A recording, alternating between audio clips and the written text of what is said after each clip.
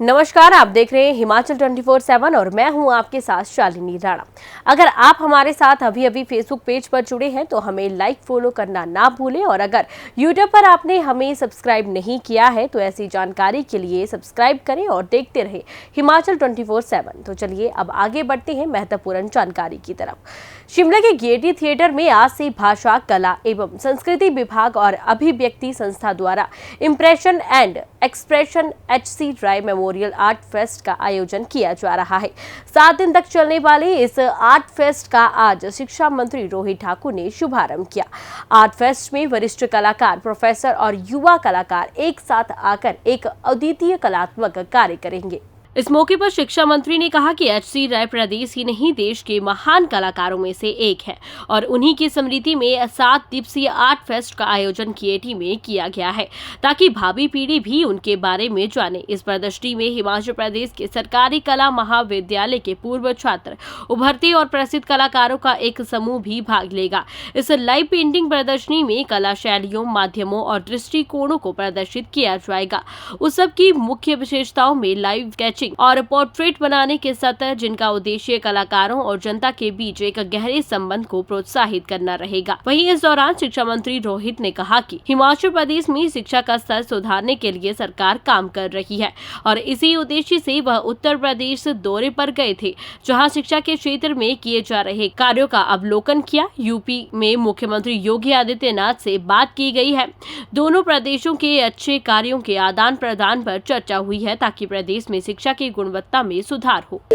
मैं बहुत बहुत बधाई देता हूं और मैं समझता हूं हमारे हरिश्चंद्र राय जी, जिनकी स्मृति में ये आपका आज यहाँ पर प्रदर्शनी रखी गई है, वो एक बहुत बड़े हमारे प्रदेश के नहीं, हमारे देश के एक बहुत बड़े, मैं समझता हूँ, आर्टिस्ट थे, एक महान सपूत थे और उनकी स्मृति में ही उनकी पुत्री, जो मैं समझता हूँ बहुत अच्छे तरीके से उनकी सोच को आगे बढ़ा रही है, मैडम अमला राय जी, पिछले वर्ष से ये कार्य प्रारंभ हुआ और आज इसका शुभारंभ हो रहा है। और इसके पीछे सोच यही है कि जो पूर्व में इस तरह के जो कार्य हुए हैं, आने वाली जनरेशन्स के लिए इसकी रेलेवेंस बनी रहे। और शिमला, जैसे आप जानते हैं कि पहले से लेके ब्रिटिश काल से लेके विशेषकर जो हमारी कला और संस्कृति से जुड़ी हुई बातें थी, उसमें एक प्रमुख स्थान, एक केंद्र बिंदु शिमला का रहा है। और उससे संबंधित हमारे हरिश्चंद्र राय जी ने अपने समय में, क्योंकि वो हमारे फाइन आर्ट्स कॉलेज के यहाँ के फाउंडिंग प्रिंसिपल भी थे, बहुत बड़ी कंट्रीब्यूशन है उनके समकालीन, उनके साथ ही उनके नेक्स्ट जनरेशन के जो उनके फैकल्टी के सदस्य रहे, उनके जो आगे की जनरेशन्स है, वो भी मैडम को इसमें हर तरह का सहयोग दे रही है।